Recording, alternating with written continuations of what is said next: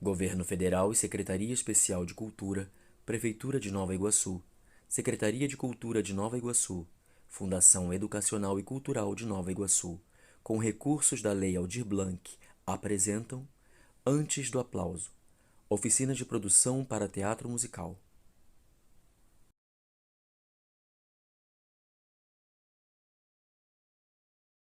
Olá pessoal, bom, para enriquecer ainda mais esse projeto, eu convidei um grande amigo, um grande profissional.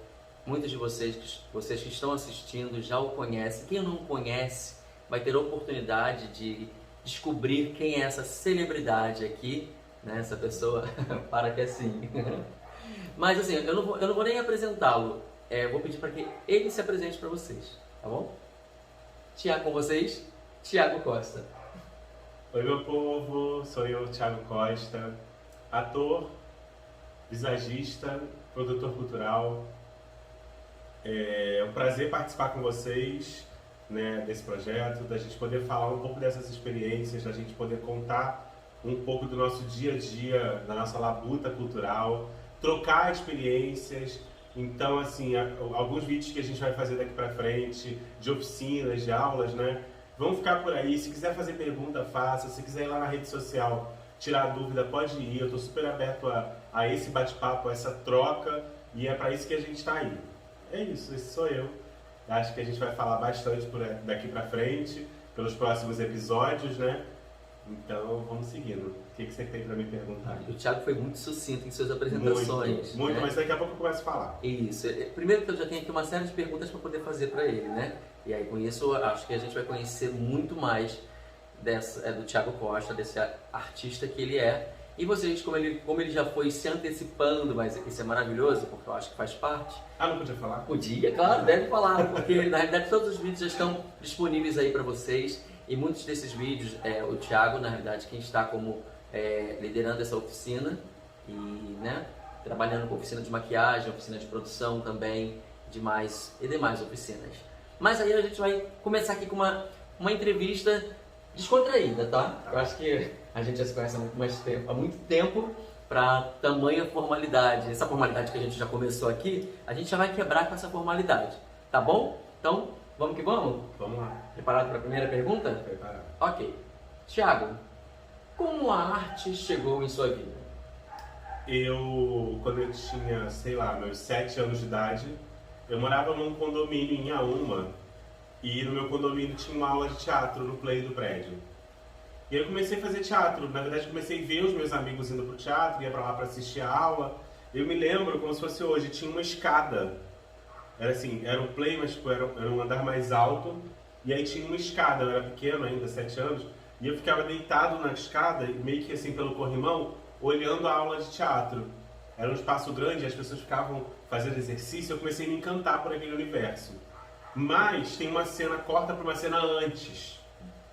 Eu estudava em Belford Roxo, quando eu morei em Belford Roxo, logo no início da minha vida, assim, sei lá, para os 4, 5 anos de idade.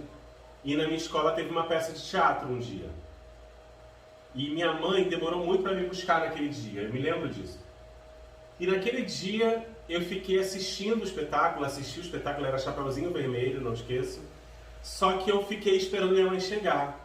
E por curiosidade, eu vi todos os atores desmontando o cenário, tirando a maquiagem. E aí eu me encantei pelo aquele universo. Eu acho que muito mais pelo espetáculo em si que eu assisti, mas eu me encantei por aqueles bastidores, né? De saber, caraca, olha lá, eles estavam com uma maquiagem, um cenário, isso não era uma casa, é um negócio, eu fui por trás, então eu conheci os bastidores daquilo, então eu comecei a me encantar por aquilo. Eu acho que foi naquele momento que a arte entrou na minha vida, né? Aí cortou para 7 anos de idade, quando eu vi as oficinas de teatro lá no Play do Prédio, com o professor Junaí César. Beijo, Junaí, que deve estar assistindo a gente. A louca, aquela que tá em rede nacional. E por que não, né? E aí, eu comecei a fazer teatro lá no Play do Prédio. Trava-língua. Beleza, foi super divertido. Pra mim era uma grande diversão, né? Assistir aquilo, fazer aquilo, experimentar. E pela primeira vez que eu entrei num palco, posso dizer profissional, né? Foi num palco do Sesc em Engenho de Dentro. Que aí depois, já há pouco tempo atrás, eu vinha dar aula no palco do Sesc Engenho de Dentro, muito louco. O último lugar que eu dei aula, assim, antes da pandemia, inclusive, né? O último lugar que eu dei aula de teatro foi no Sesc Engenho de Dentro, que foi o primeiro lugar primeiro palco que eu pisei. Que louco, né? Que louco. E assim, como eu tava falando, né? Muito sem pretensão, uma coisa muito despretensiosa, fazendo, experimentando cada dia mais e também já me envolvendo com a parte de cenografia e figurino das coisas. Sempre que a gente tinha uma cena para apresentar, eu sempre procurava fazer um figurino diferente e tal. E aí eu me mudei de Inhaúma e fui para São João de Meriti. Em São João, um primo meu me virou e falou assim: "E sabe que no Sesc Nova Iguaçu tem aula de teatro?" Aí eu, é? Aí eu descobri que era um ônibus só pra vir, aí fui no Sesc Nova Iguaçu, sentei lá, fiz uma entrevista com o professor, com o Lino Roca. Beijo, Lino, que tá assistindo a gente também. E aí comecei a fazer teatro no Sesc. Aí eu tava numa turma e Israel tava na outra. Eu também era uma turma anterior. Israel estava na turma anterior, ele já fazia mais tempo, né? Mais velho, né, também. Aí Israel fazia aula antes e eu também fazia, e a gente ali se conheceu, mas a gente não tinha intimidade, né? Não, ainda não. A gente só se via e tal, mas... E aí quando eu vim para Nova Iguaçu, realmente foi quando eu comecei a pensar, quando eu comecei a achar que eu podia viver de teatro, que eu podia viver da minha arte. O tempo foi passando, posso seguir? Posso falar? Pode seguir. Ah, tá. Tem tempo não. Então tá. E aí o tempo foi passando, eu comecei a cada dia mais acreditar que eu podia viver de teatro, né? Inclusive tem um vídeo que eu fiz para o Sesc Nova Iguaçu, no aniversário do Sesc, para falar um pouco sobre essa história minha de viver de teatro. Vai lá no @Sesc Nova Iguaçu, no Instagram, que esse vídeo está por lá. E aí eu conheci um festival de teatro no Sesc Nova Iguaçu, que era o Festival da FETAERJ, o Prêmio Pasqualino. Assisti aos espetáculos, eram 20 espetáculos em uma semana. Acho que eu não assisti tanto espetáculo da minha vida, uma diversidade de espetáculos, de gente do estado inteiro do Rio de Janeiro, gente de fora do estado. E aí eu comecei a me encantar muito mais por aquilo. E aí eu conheci pessoas que viviam de teatro. Falei, cara, se essas pessoas vivem de teatro, eu acho que eu também posso. E realmente eu decidi viver de teatro. Logo depois, fui pro aí me filiei a FETAERJ com o meu grupo, o grupo Fios na época, que na época era Fios da Roca ainda. Me filiei a FETAERJ, voltei do festival da FETAERJ, junto com outros amigos e produtores, a gente pensou assim, cara, a gente podia ter um festival de teatro na Baixada também, né, com os grupos daqui, trazendo outros grupos de fora para trocar com a gente. Até então, no próprio Sesc Nova Iguaçu, tinham muitas companhias que vinham apresentar. Vinham companhias do Brasil inteiro apresentar no Sesc, só que as companhias daqui não apresentavam aqui. Ainda era muito fechado, né? Hoje, graças a Deus e graças à administração atual, todas as companhias acessam o Sesc, apresentam e tudo mais, dão aula, né? Mas naquela época não. Foi aí que nasceu o Encontrarte, o Encontro de Artes Cênicas da Baixada Fluminense. Começou muito pequenininho, né? Começou com alguns grupos locais, alguns grupos convidados até que eu conheci na FETAERJ, né? Que eu e Claudina a gente acabou trazendo de lá, convidando, a galera veio participar. Naquela época era um festival que pagava ingresso, pagava R$3 para entrar. Uhum. Eu lembro bem. Não é? Mesmo assim, a gente já tinha um público bom.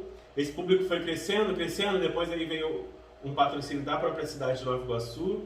Mais à frente a gente teve um patrocínio da Petrobras, que veio para mudar a cara do festival e dar uma profissionalização maior. A gente sempre fez um teatro profissional, mas uma profissionalização muito maior. Eu acho que não só profissionalização, mas valorização desses artistas, né? De poder pagar um cachê justo, poder dar um conforto para os grupos que vinham de fora, de ter um hotel, de ter uma boa alimentação, de receber bem as pessoas.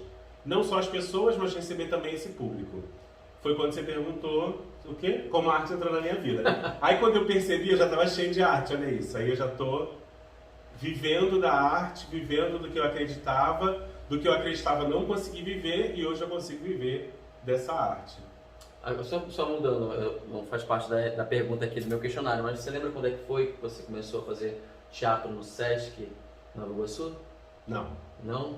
É que eu estou fazendo mais ou menos o cálculo de quanto tempo a gente já se conhece. Não lembro, mas assim, o Encontrarte, né? O Encontrarte faz 20 anos. Quando a gente começou a fazer o Encontrarte, eu já fazia aula no Sesc há uns 5 anos.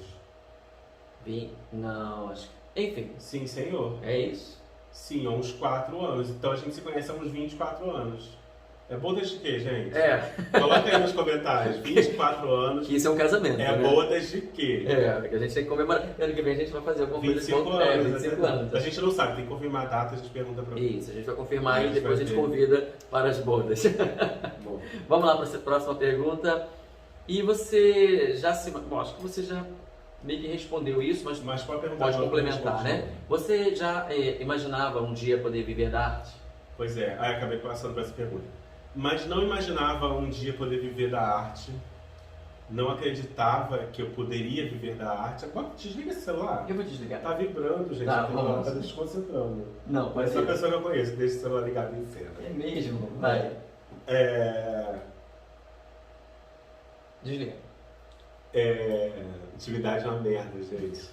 Gente, faz parte. E aí eu não imaginava nunca conseguir viver da arte. Como eu falei, foi indo pro Festival da FETAERJ que eu pude achar que eu poderia viver da arte. Que eu pude ver grupos se apresentando, pessoas que viviam disso e que trabalhavam muito para viver disso. Não era simplesmente decidir que vou viver. Não, é muito trabalho, é muita labuta, é muito estudo, muita dedicação, na verdade, né? Entendi, ótimo. E como é viver de arte, já que você não se imaginava, mas hoje você vive da arte? Como é que hoje para você, o que é viver e como é viver da arte? Acho que viver da arte hoje é muito difícil, porém é muito gratificante, né? É muito trabalho, porém ver o sorriso nos olhos das pessoas muda a nossa vida, não tem preço. Vale a pena todas as noites que a gente vira lendo texto, estudando, trabalhando, ensaiando, no meu caso, muitas das vezes fazendo figurino e vendo um ator vestir tão bem um figurino em cena, ver a sua obra em cena, né, emocionando outras pessoas.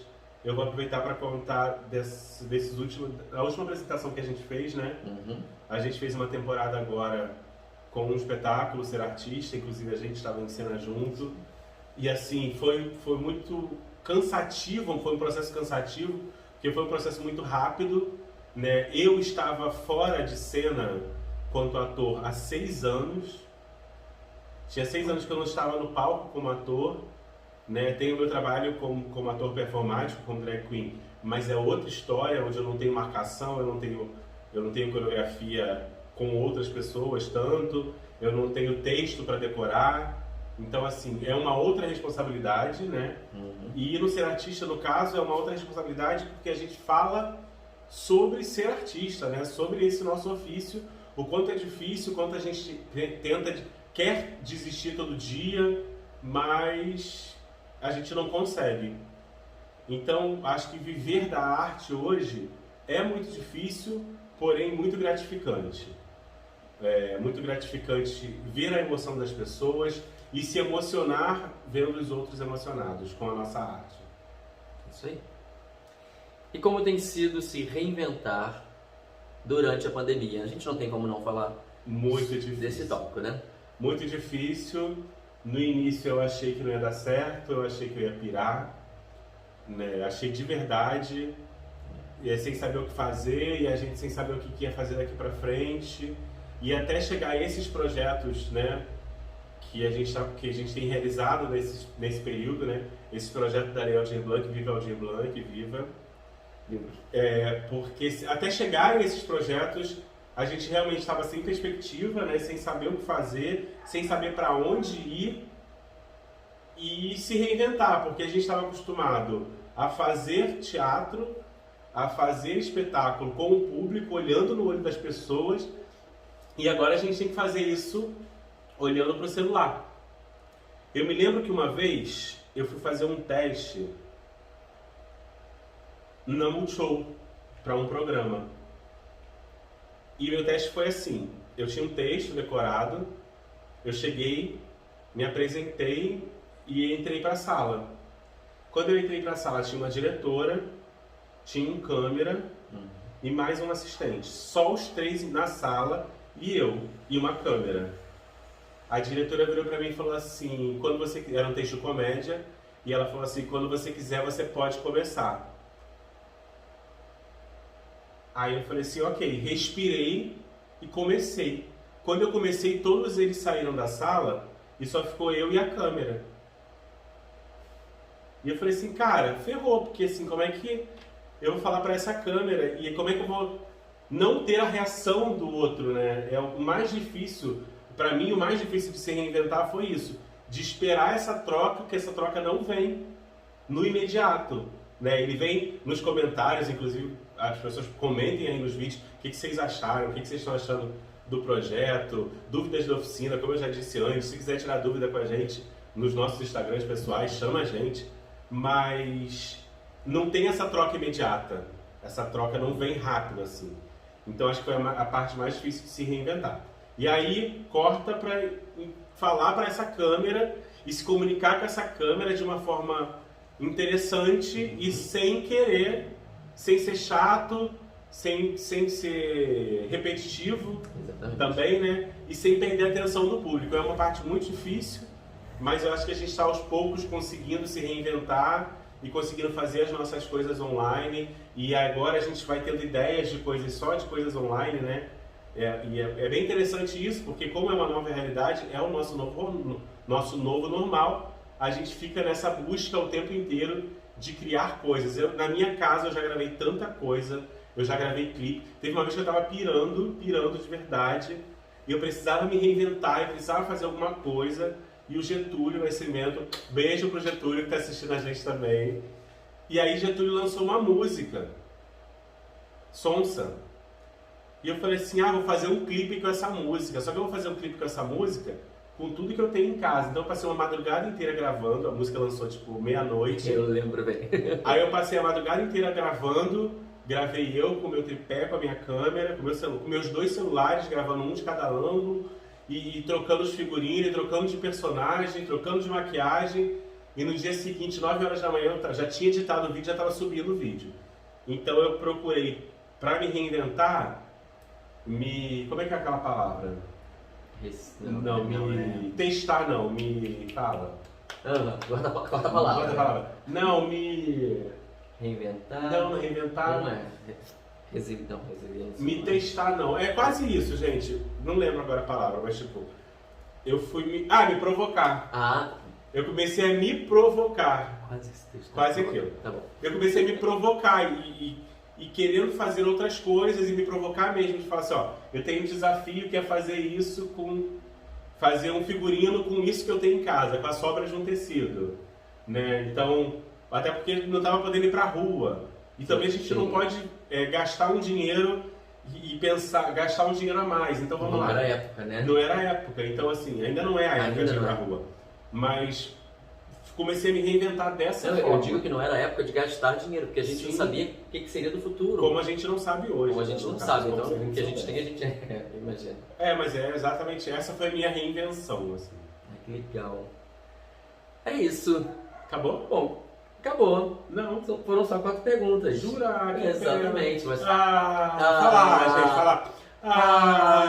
Mas se você quiser falar um pouquinho mais de você pode falar. O que você... Não, só isso. Vai ser muito legal trocar com vocês durante essa experiência aí de oficina online. Já dei algumas oficinas online. Nessas oficinas que eu fiz online, muitas delas foram ao vivo. Essa vai ser a primeira assim, gravada, programas gravados para exibir para vocês. Espero que vocês curtam, espero que vocês se divirtam, experimentem fazer em casa. Postem, marca a gente que experimentou. E Israel, você me perguntou, me fez essas perguntas. E o jogo virou. Parece que o jogo virou. E agora, então, eu me despeço de vocês. E no próximo vídeo, eu, Thiago Costa, entrevisto Israel Castillo pra gente saber um pouco também sobre a vida dele. É isso. É isso aí. Até o próximo vídeo. Até mais.